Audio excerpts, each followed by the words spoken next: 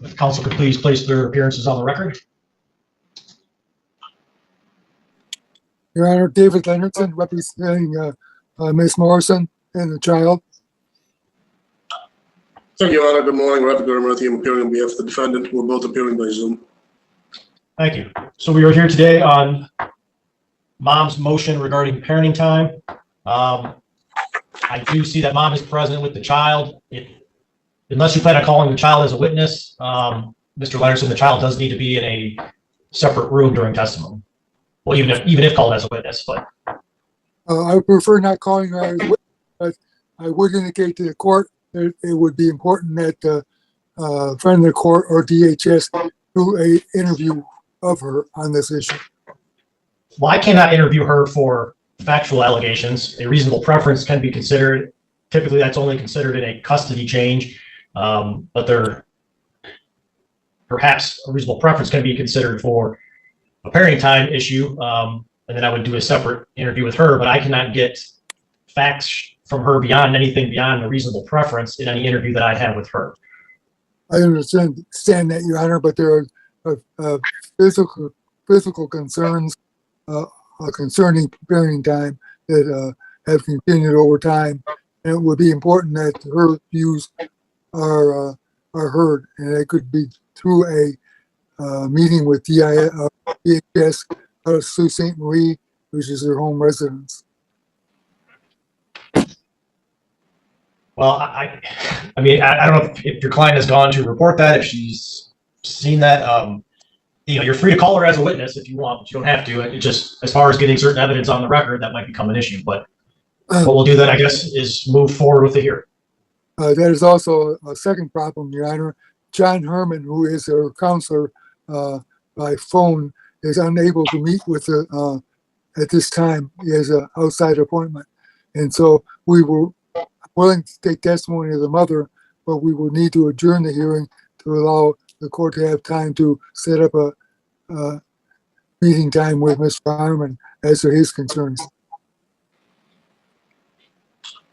All right, well, we'll address that issue. The request is actually to take some testimony and adjourn when we get to whatever testimony we can have today, because we do only have an hour. So, Mr. Leonardson, is it your intent then to call your client as your first witness? Yes, I do, Your Honor. All right. So, Ms. Marison, If I can just state a few things on the record. First, I would agree that the minor child immediately should be not present here, and I would ask that the court order the mother to move the child in a separate room. These are adult proceedings. The child shouldn't be part of these. So I would, before I make any further arguments, I would ask that the child be ordered by the court to be in a separate room. yes. So, Ms. Marison, you need to make sure the child is in a different room. She should not be listening to these proceedings.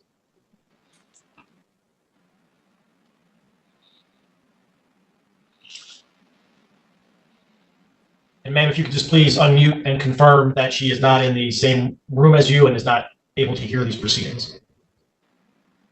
Okay, very good. She is indeed now out of the room and in a room with a door behind her. All right, thank you. Further, there was an ex parte motion that the mother filed that was subsequently denied.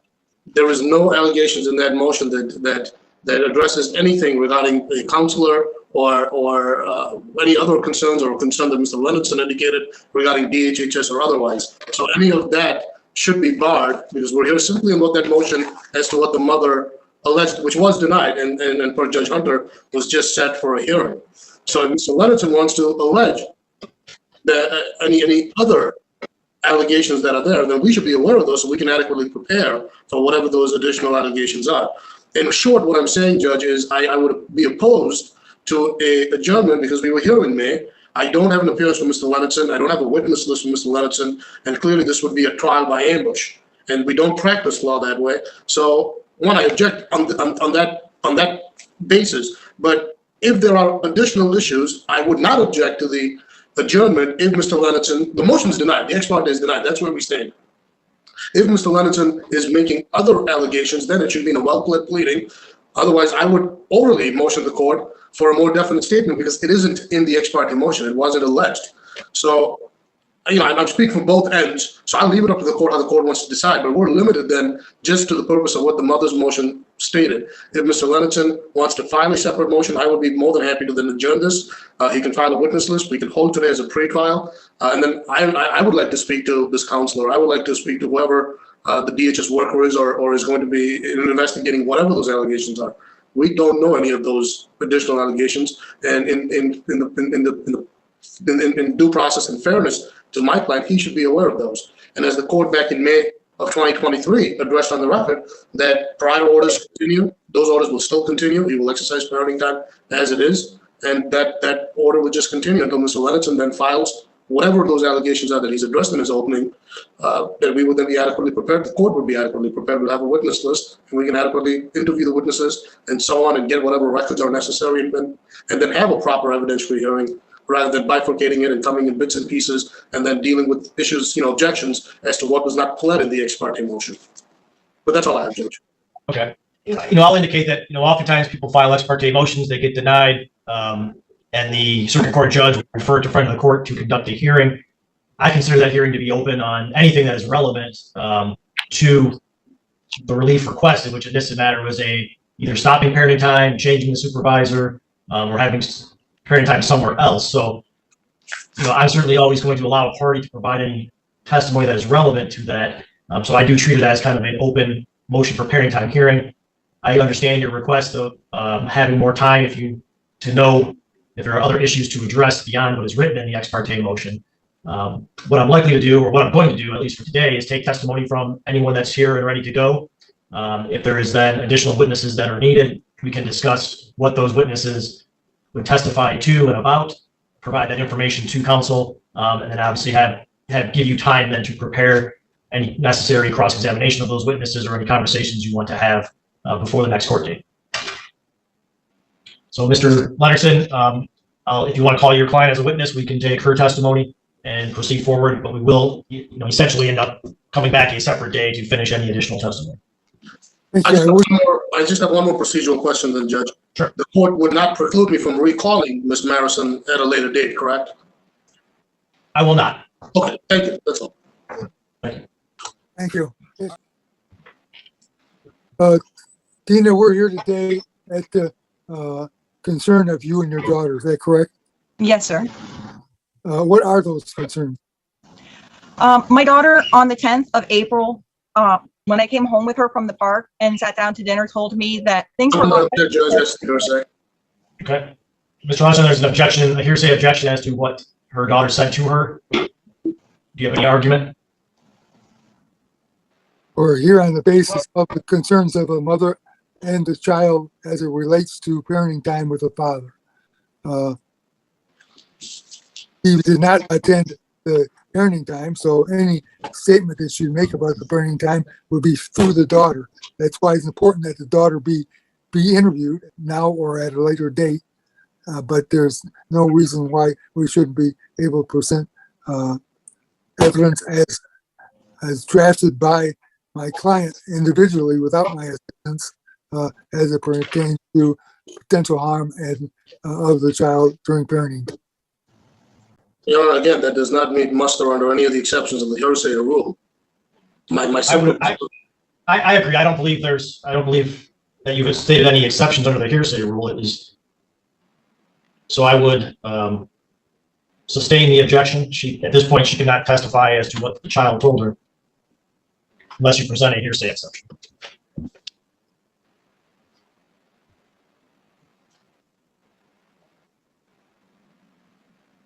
May I then testify as to what I have seen? And you don't get that. It's up to your counsel here to ask your questions, and then if there's an objection will be raised, and we will address that. So, Mr. Leonardson, your next question. What have you observed as far as the parenting time between father and daughter that is of concern to you?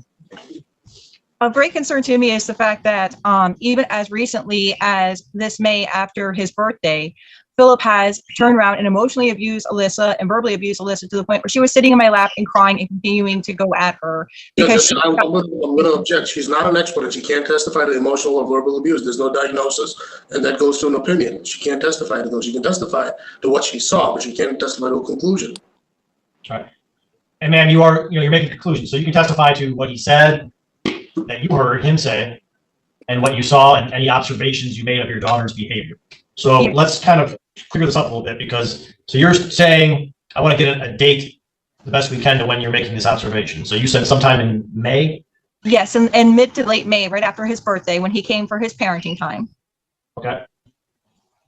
Describe what you saw and heard from him. He asked her at first why she didn't call him on his birthday. She said she forgot. Well, ma'am, you can't testify to what your daughter said. You can most likely testify to the things he said. So when you relay the story, don't use your daughter's words. Thank you.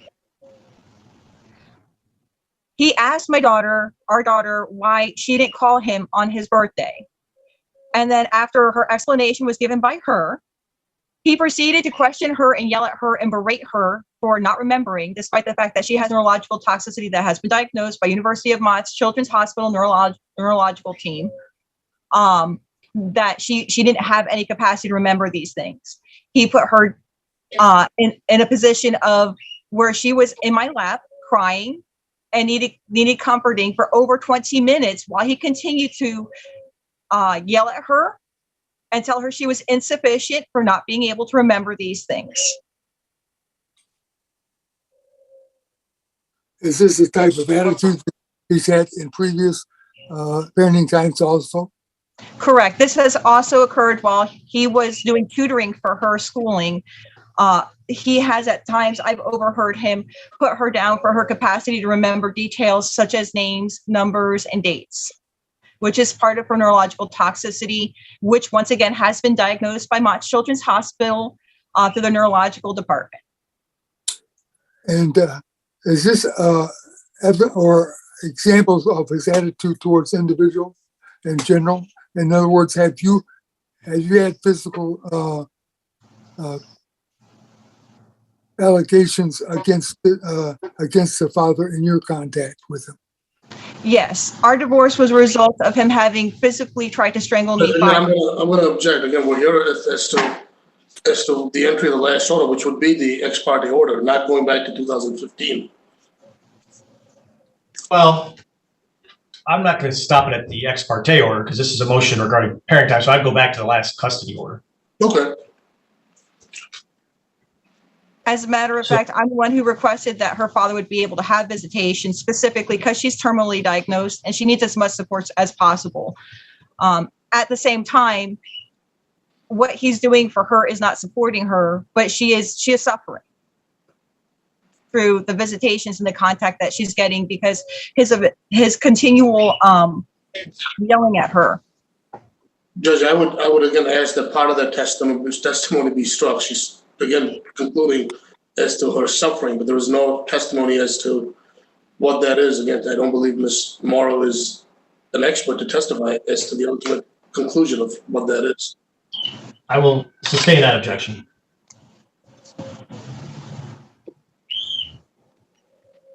Well, her comment as it relates to that will be supported, in my view, by testimony of the professional that is counseling her daughter. He is unable to attend this hearing, but he will attend a later hearing. He's also willing to draft a letter to the court. I asked him not to draft a letter at this time because I doubt that the court would accept it, but they would only accept testimony. So, correct. I can't accept the letter, and then so we'll just leave those. You know, if he can testify to those things based on his observations and interaction, then we'll address that at the time of his testimony. I mean, your client again is free to testify to what she has seen and heard, but she should limit her testimony to those things. Which she has attempted to do. Simply, again, reiterate what you have seen and what you've heard as it relates to the father's contact with the daughter. Tina? Philip has neglected to feed her. I've left lists literally for the things that need to be done. He has put her down by saying that she can get her own food, that he doesn't have to get her food. This is quote unquote his time when he's here to parent her. He doesn't have to do things like prepare meals for her. He doesn't have to do things such as doing her medical monitoring for her oxygen because she's on life support oxygen. He doesn't have to do the things that include doing medical treatments such as physical therapy and also doing lung therapies with her, which are part of her medical treatment on a daily basis. He's said that he doesn't have to do those things because when he's here, he's visiting, he's not parenting. And he's done all this in front of her. In addition to when he's been here visiting her, according to him, he has said that he will not have her the allowance to have on Christian music because it offends him, even though it's her spiritual preference and part of who she identifies as. As it relates to him not supporting that support system, is he endangering her health or her well-being? Through her counseling, I'm going to object, Judge. That again calls for a conclusion regarding health, which I don't believe Ms. Morrow is qualified to then make that conclusion. As a mother, you're saying that she's incapable of. Well, I mean, I'm going to allow her to testify to things that I'm not going to consider her testimony as her saying it is conclusory that these things cause that, but she can testify to things that she believes might cause that, and then it'll be up to the fact finder to decide if that is true. It actually does. Well, I'll be fine with it, Judge. Mott's Children's Hospital pulmonary division explained to me and would have explained to her father. That would be hearsay. And would have explained to her father if he'd been there that she needs continual hourly. Hold on, ma'am. Hold on. You're saying what somebody else told you. So we need to get back to, the non-hearsay statements. I think Mr. Lennerson asked you if there were things that caused you concern regarding your child's mental well-being regarding parenting time with her father. Absolutely. The cursing, the yelling, in addition to the lack of oxygen support, which can cause brain damage. In addition to the lack of providing physical needs such as feeding, the lack of emotional support through allowing the comfort items such as Christian music for her PTSD and obsessive compulsive tendencies when she's stressed out and when she's having a hard time with anxiety. All these things do, in my opinion, contribute to her decline in mental health, which is continually occurring after her visitation time with her father every single time. In addition, during his visitation, does he have supposedly a third-party support to watch what happens during the parenting time? Yes, sir. During the parenting time, he is court ordered to have a supervisor over the age of 21 that does not have a felony. For that, he has only ever chosen to use his father. Unfortunately, his father is falling asleep during the visitations, as well as allowing him to continue to curse and have ill behaviors without rectifying that situation. Judge, I would object as to foundation. Okay. So, ma'am, if you're going to testify to these things, you need to indicate how you know that or if you know that. So you said that his father allows him to curse. So, and those type of things, you need to indicate that you've witnessed that. Yes, sir, I have. I've seen it. All right. And can you put some time frames on when these things have happened? The last time I saw it happen was the day after his birthday that he came to visit her.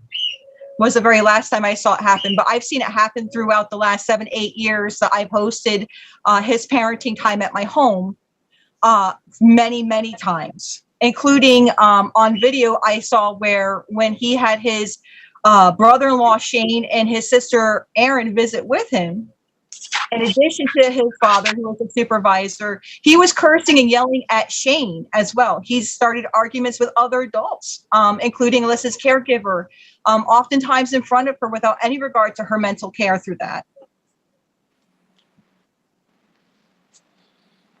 As a mother, you believe that she is in danger physically and mentally with contact with the father on these occasions of parenting time. Yes, sir. And indeed, between the yelling, the cursing, the history, myself, as well as the fact that she indicated specifically that this all got better when cameras were put up, I'm incredibly afraid of what would happen if she and him were in a condition where they weren't very closely monitored. What are you asking the friend of the court to rule on as far as parenting time at this time? My daughter would much prefer if she had no physical parenting time. I would object this. Right, ma'am, I support her in that, but minimalistically, Ma'am? I would request. Miss, hold on. All right, there was an objection because you started to say what your daughter said. The question to you is, what are you asking for? You need to state that without telling the court what your daughter is telling you, okay? Yes, sir. Thank you. I would most prefer, if possible, that there would be no physical parenting time and only video parenting time. However, I would minimalistically request that there would be counseling between her and her father, and that there would be a new supervisor that would be capable in understanding that it's not okay to allow ill consequences to occur to Alyssa through parenting time. I believe that's all the questions I would have for this witness. She substantiated her concerns, and we believe those concerns to be a detriment to the child and to the relationship between father and daughter. Okay. Cross-examination? Thank you. Ms. Morrow, the judgment of divorce states that any adult male age 20 or older who does not have a felony record can act as a supervisor, correct? Incorrect, not or, altogether, and the age would be 21, not 20. It would have to be somebody that doesn't have a felony record, as well as being 21, sir. Judge, I would just ask you to take judicial notice of the order. The judgment of divorce indicates an adult male age 20 or older who has no felony record. Page 5 of 10 of the judgment of divorce. Okay, I am looking at that provision. It does indicate parenting time will occur in the presence of an adult male age 20 or older who has no felony record. The defendant's father is an acceptable supervisor. And Ms. Morrow, as Judge Legal just indicated, that in that judgment of divorce, you would agree that the father would be an acceptable supervisor. Isn't that correct? Correct. At that point in time, I had no reason to believe differently, but at this point in time, which is why the ex parte order and other orders are being filed, I have great indication that that is no longer the case because he is not supporting Alyssa through All right, these. let me ask you some questions here. Just hang on. Just answer the question. You've indicated that over the last 7-8 years, you've seen Phil yell and put Alyssa down, correct? Correct. And every Hold on a single time. second, ma'am, let me just ask you the question. Just answer my Can I question. answer the question that you asked?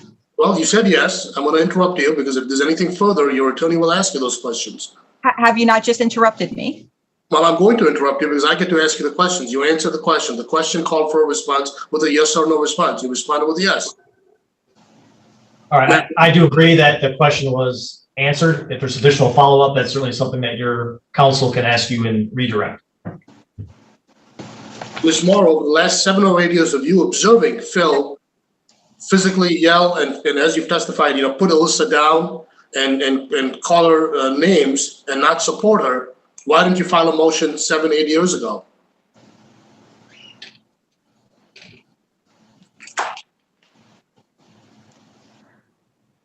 Am I going to be allowed to finish my whole statement if I make a statement? Well, I asked you why, so go ahead. Okay, very good then. The reason why is because each and every time this occurred, I had addressed it with both the supervisor as well as Phil directly. We were supposed to have come to some agreement. However, all that seems to have gone quite farther out the window, and it has gotten to the point where Alyssa, I feel, is endangered at this point in time. So Alyssa was 3 years old when you and Phil divorced, correct? Incorrect. She was 4. She was 4. And how old is she now? She is 11 now.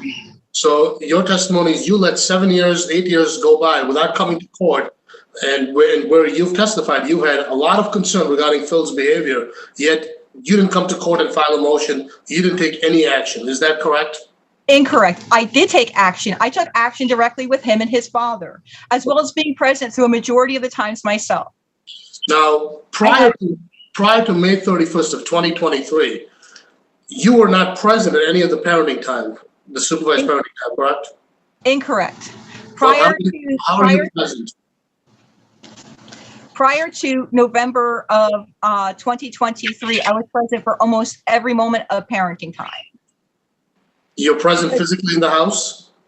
I'm sorry? Are you physically present in the house? Yes, sir. And you said that would be prior to November of 2023 or 2022? 2022, my apologies. Yes, that's when I started working because I wasn't receiving child support for such a period of time.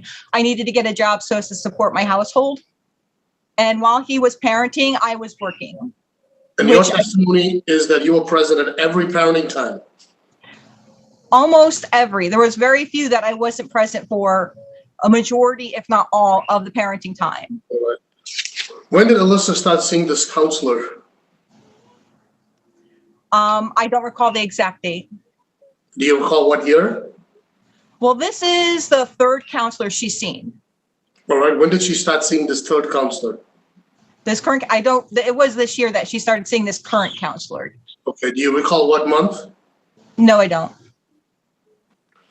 Was it prior to us coming to court in May of 2023? No, sir, it wasn't. So it was after May of 23 that you enrolled the child in counseling, correct? Yes, sir. With all that she continued to go through, I felt it was necessary for her to receive mental support. Did you talk to the father about enrolling the child into counseling? There is no reason for me to talk to him about enrolling her in counseling. Well, don't you and Mr. Borga share joint legal custody? We do, but when there's counseling specifically for issues to deal with how he's treating her, there's no reason for me to include her being suffered for the fact that she needs counseling. She needs counseling. Again, you did not discuss pursuant to joint legal custody that it's court ordered, but for you to have any discussions regarding counseling with your co-parent. Is that correct? Well, sir, I have sole physical custody of Alyssa. We have joint legal custody. Right. You have joint legal custody. Major decisions regarding the child's health is to be discussed with the co-parent. You did not do that. Is that correct? Which he already agreed to me to have counseling for her to be able to have counseling altogether. Yes. We had conversations about her having counseling on multiple occasions. So you filed this ex parte motion back in April, and at that time, the child was not in counseling, correct? At that exact moment, she wasn't in counseling. Like I said, she has had multiple counselors on multiple occasions. Okay. She is diagnosed currently and has been diagnosed with PTSD and obsessive compulsive tendencies. Ms. Morrow, my question was very specific. In April, when you filed the ex parte, was Alyssa in counseling? Simple, yes or no? At that exact moment, she wasn't in a counseling program at that point in time. Okay. And in April, your testimony is that Phil was verbally abusing her, putting her down, and yelling at her, correct? Correct. I had witnessed that as late as May this year. Right, but in April, that was occurring, correct? Well, I have that based on her verbiage to me as well as to a police officer, which I witnessed her testimony to a police officer. Okay. So Hold on a second. One sec, man, I'm confused. You witnessed the verbal stuff before April, correct? Before you filed the ex parte motion? But before November of 2022, I'd witnessed him becoming verbal with her on multiple occasions. And like I said, have addressed that with him and his father at that time when I was present. All right, because I thought for a second there you were saying you weren't aware of that until after, but I wanted to get that clarified. All right, sorry, counsel, I just had to get that clarified real quick. no problem, Judge. So again, back when you filed the ex parte, you were aware, and you were aware previously, isn't that correct? Previous to November 2022, when I started working and I wasn't present for the entire parenting time, I was aware when things occurred. And as I said, I stepped up and spoke with both Phil and his father about it. Okay. I was assured by both of them that wasn't going to continue happening. Unfortunately, that would appear not to be the case. And that's why I don't work Mondays, those hours anymore, and I've lost those hours. All right. And my follow-up question was, isn't it true that Mondays between 11 and 3, as to Phil's court-ordered parenting time, you usually worked or went grocery shopping? Only after November 2022. Okay. Because I had to work because he wasn't paying child support to the point where it was in arrears approximately $3,000. All right. Now, you said the child has been involved with 3 separate counselors over the last 7 or 8 years. Is that correct? Yes, sir. All right. Would you give me their names? The first one is the palliative hospice care team with Mott Children's Hospital in Ann Arbor. The second one is... Hold on 1 second. I just need to write it down. You went too fast. Would you start with the first one again a little slower, please? Yes, palliative and hospice care with Mott's Children's Hospital at University of Michigan in Ann Arbor. Okay, and was she in counseling or was she receiving medical care? She was receiving both. All right, who was her counselor? Not her doctor, not her primary care, not her specialist, but her She was in therapist. touch with the entire department because she was terminally diagnosed.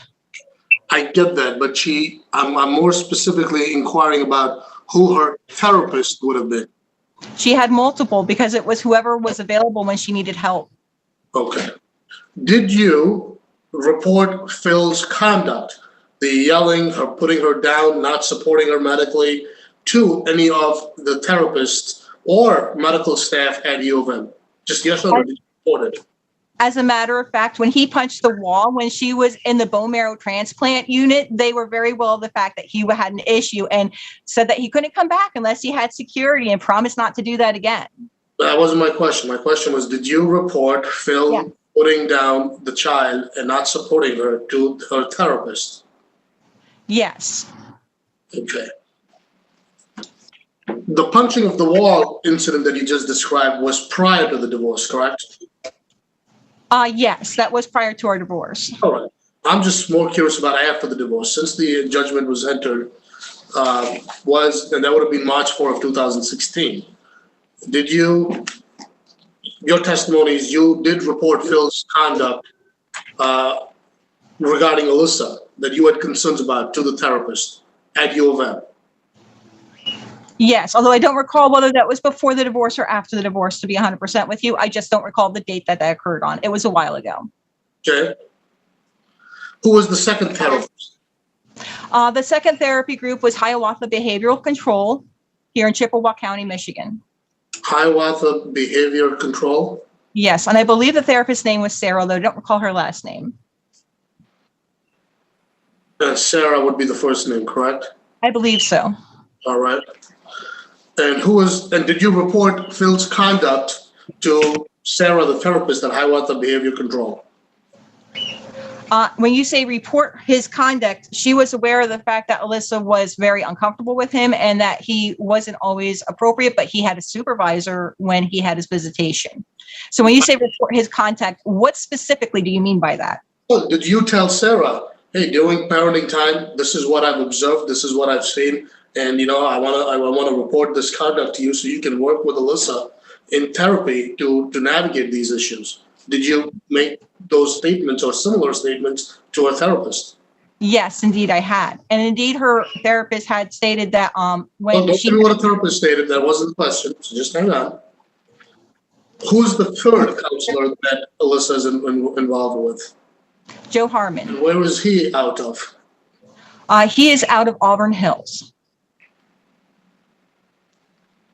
And does Alyssa go there in person, or is this like telehealth? It is thankfully telehealth, as Alyssa's condition would be best benefited by telehealth. Okay. Now, when was the last time you had Child Protective Services make contact with you, or at least involved in your life or in Alyssa's life that you're aware of? I believe it was about a month after the police report for her accusing her father of staring at her chest. Okay. And do you remember what month that was or what year that was? That was on the date of 4/10 of this year that she made that report. And isn't it true that CPS did not substantiate Phil and in fact closed that case because there was no evidence supporting that allegation? In fact, as I understand, they were happy that I was handling this through the court and trying to adjust the parenting time. I understand that.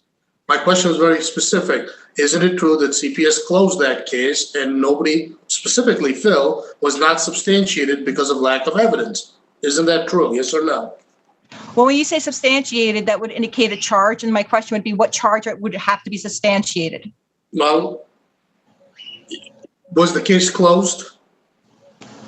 CPS closed the case pending an outcome from the court and any further investigation that might be necessary, as they don't keep cases open beyond 30 days unless there's a reason to. All right. Phil was not charged criminally. Isn't that correct? So far as I know, but I'm not the prosecuting attorney. All right. Prior to 4/10 of 23, when was CPS involved? With Philip, No, just in your life or Alyssa's life. I don't recall. Was CPS involved with you a year ago? No, not that I'm aware of. All right, were they involved with you 2 years ago? Not that I'm aware of. How about 3 years ago? 3 years ago being 2020, not that I'm aware of. All right, what about in 2019, going back 4 years? 4 years ago, I had from my currently divorced, most recent husband, a domestic violence issue, which was resolved incredibly quickly because it didn't involve Alyssa. Okay, so you were involved in a domestic violence situation with your now ex-husband in 2019, correct? Correct, which I, of course, resolved. All right, and CPS was involved in your life due to that incident, but it had nothing to do with Philip, isn't that correct? That is correct. All right. As I get involved anytime there's a domestic violence case with a child in the house. All right, and is it okay? Let me then go just a little further. 2018, were you involved with CPS? Not that I'm aware of. And how about 2017? Not that I'm aware of. And how about 2016, at least after the divorce, which would be March of 2016? No, not that I'm aware of. So is it your testimony that you reported this conduct that Phil was engaged in to 3 different counselors, the hospice care at U of M, Hiawatha Behavior Control, and Joe Harmon in Auburn Hills, and neither one of them has mandated reporters, called Child Protective Services to report Phil's conduct and report how he was, having an adverse effect on Alyssa? Is that your understanding? So at the time that Answer my question. Is I'm that trying to answer your understanding? question, but you're not letting me. Well, is Would you that like to answer your question now? My question is that your understanding that since 2016, after the divorce, Child Protective Services has not been involved in your life or Alyssa's life other than the 2019 domestic violence incident with your ex-husband? Is that correct?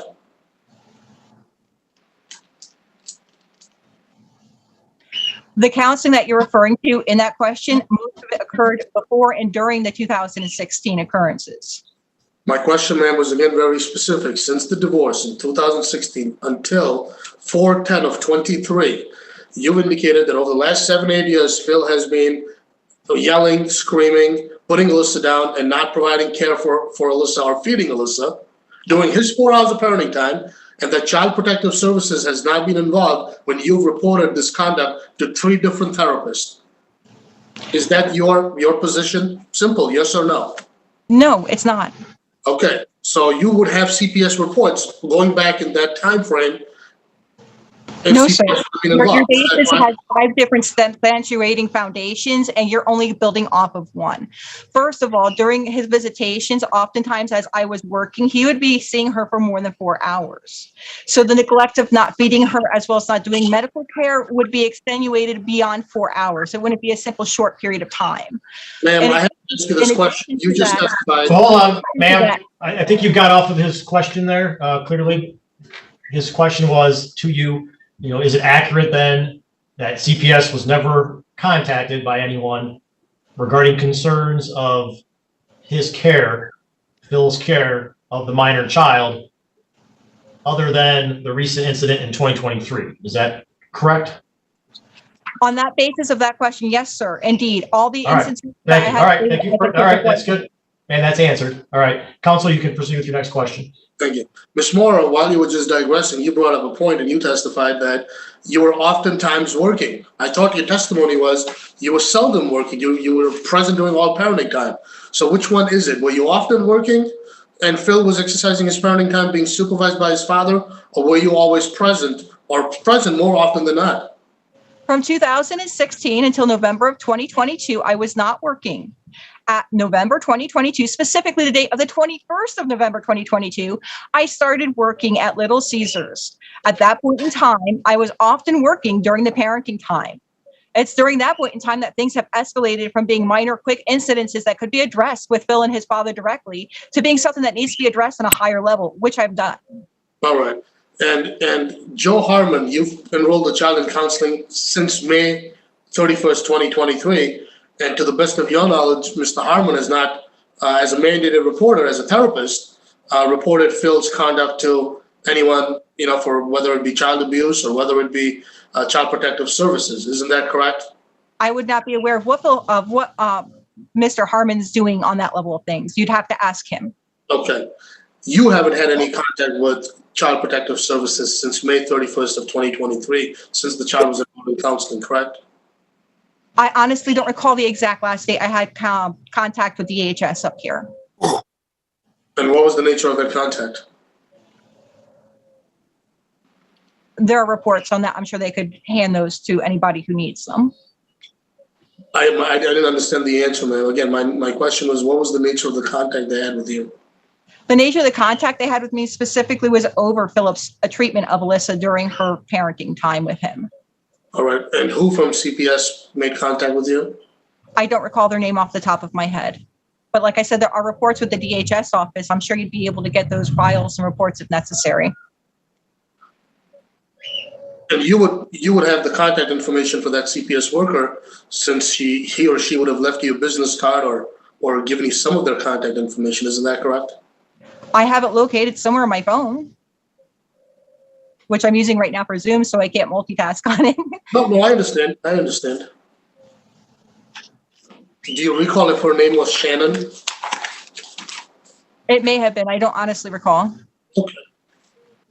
There were multiple people that came out, including a supervisor at one point in time to try to communicate about what would be possible, as well as for the possibility of him having supervised visitation there to make sure she was safe. All right.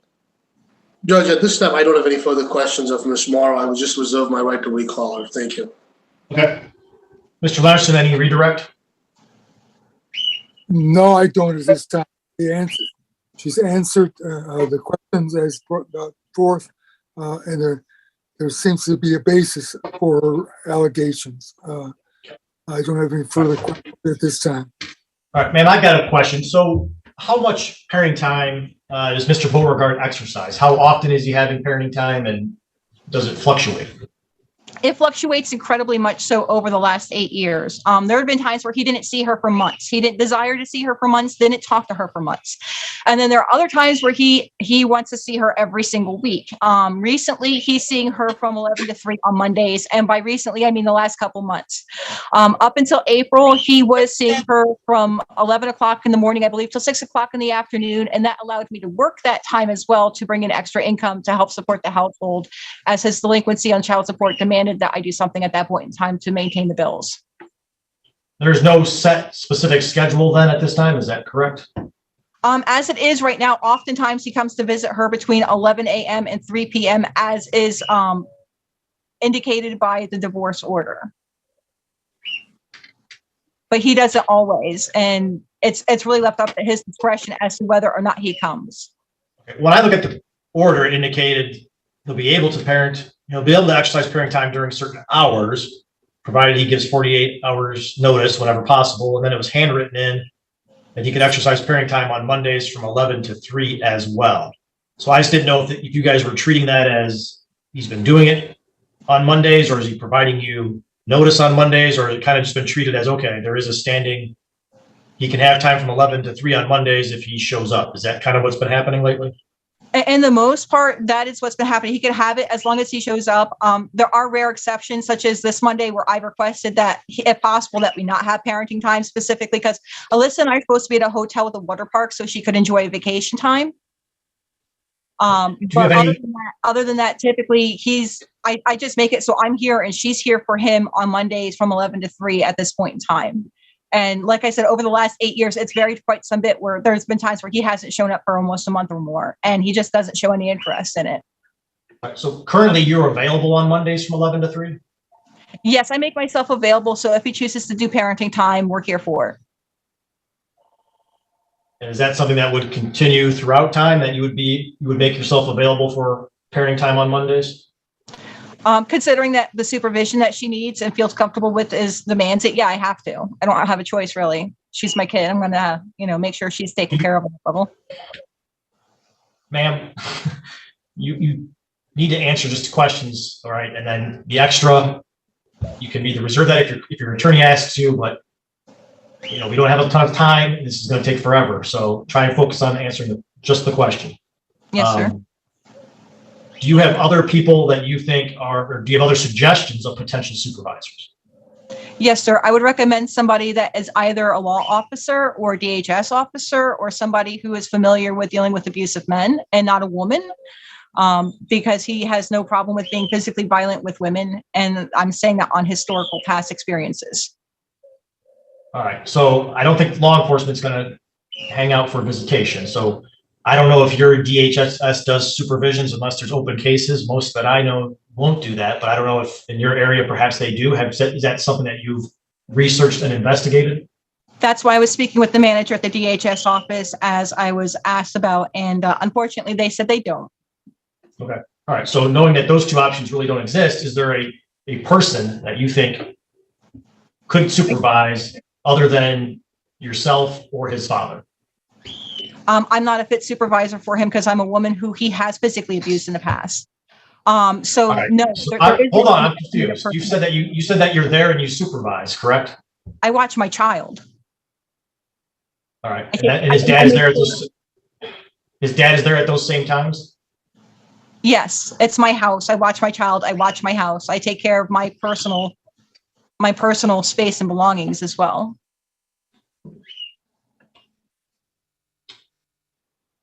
All right, so you've got no other suggestions then for supervisors, correct? No, no, sir. I don't know of any other men that would be wanting to take care of watching over Alyssa's father, parent her for 4 hours on Mondays. All right, thank you. All right, Mr. Lunchman, my questions of this witness make you want to ask any additional questions of her? I'm sorry, Your Honor, you were directing a question to me. Yeah, do you have any additional questions for this witness based on the questions I just asked? No, I have no additional questions. I believe that the framework has been laid out. The court understands the difficulty of this situation. All right, thank you. Counsel, any other questions? Not at this time, Judge. Thank you. All right. So we're close to noon. This matter was only set for an hour. Obviously, if there's going to be additional witnesses, we're going to need more time. Mr. Lennerson, is it your request to adjourn to allow for additional witness testimony? Yes, I think it's absolutely necessary that Joe Harmon testify, and he can do that by phone or by this type of setting.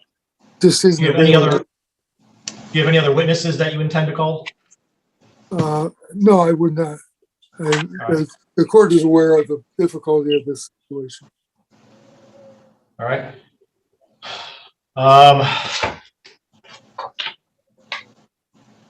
How much? Well, I don't think his testimony is going to be very long. Mr. Gurumurthy, do you have any witnesses that you intend to call? I do, Judge. I would call my client, his father, and based on the testimony presented by Ms. Morrow, I'm going to serve some subpoenas of Mr. Leonardson to produce documents regarding the therapist from U of M, Hiawatha Behavior Control, of course, Joe Harmon, and any CPS records since 2016. Okay. Clearly, those would be rebuttal witnesses and would go to credibility and all of those things, as the court is aware, and then how these proceedings go. So what I'll do is give you guys a 3-hour block instead of a 1-hour block. Last thing I want to do is certainly come back multiple times. So the court's next 3-hour blocks are available either September 18th or September 20th. If counsel wants to check their schedules and see if one of those dates, is that date okay with you? Yes, Your Honor. All right, so we'll adjourn to September 20th at 1 p.m. Both counsel has indicated who their potential witnesses would be. I would indicate that if for some reason there's an additional witness, I would ask that it be disclosed to the other party upon knowing that person is going to be a witness, but at least certainly 14 days prior to the hearing date. Mr. Lannister, anything additional before we adjourn for the day? What about interview with a child? I think that it would benefit to have DHS interview. DHS office house way would be most convenient. But I believe that her input is necessary in this situation. Well, I don't think DHS does. Go ahead. I would simply state the court rules, laws, and case laws statutes are very clear that the child can state a reasonable preference, and it's an in-camera interview with the referee or the domestic relations referee or the judge conducting the hearing. However, in Ms. Morris' testimony, she has numerous times stated that her child is terminally ill, she doesn't understand, she's not competent enough, and that's why there's concerns regarding certain things that Mr. Borgward is may be doing or not doing. At least that's yet to be litigated. But if that's the testimony, I don't think this child is going to be able to state any preference. And clearly, if this child is coached in some way, clearly that has to be explored as well. So if this child has all these medical issues that Ms. Morrow indicated and stated under oath that a child does not, she doesn't believe that the child is, understanding of what Mr. Phil Borgward tells her or yells at her or doesn't care for her, clearly she can't be interviewed. I think that's the problem we're going to have. We have to determine that, and that would be a fact finder's issue, and that would be your issue to determine. So I'll just leave that up to the court to make that decision. The case law is clear that I can't abrogate my duty to do a preference interview to somebody else and then just take their word for it. So I will speak to the child. So I can do that by Zoom prior to the court hearing. So I will do that at 12:45 that day. So Ms. Merrow, you're just going to need to make her available by Zoom. It's going to be a different Zoom ID number. Friend of the court will help you out with that. And I will conduct just my reasonable preference interview. And again, that's just on the reasonable preference. So if anyone wants to get other information from her, they would have to get that into evidence different ways. I can't, as part of the case law, all I can focus on is the reasonable preference, if that becomes an appropriate best interest factor to decide in any change in this case. And it may or may not be, is not a request to change custody. It's just a request regarding parenting time. But I will conduct that interview, and as part of that interview, determine whether or not she is able to express a preference or not. But given the request, given the situation, I will conduct that interview, and I think that's appropriate for me to conduct that, obviously not another agency. Anything additional, Mr. Leonardson? No, Your Honor. All right, Mr. Gurumarthy, anything additional? I would just simply have the court order both parents not to coach this child or indicate to the child what to tell the referee at an interview. Clearly, with my understanding of the medical history, that the child can easily be manipulated into telling what the child needs to be told by either parent. Okay. Certainly, both parents should not discuss with the child what to say, or even really just simply, ma'am, you can certainly let the child know that the referee is going to speak with her, but that really should be the limit of it. I will explain to her why I am speaking with her, what the purpose of it is, as well as explain to her that it is a confidential interview. I'm not going to disclose what she says to me, to anyone. So I will have that discussion with her. Ma'am, you can just let her know that the referee is going to speak with her that day.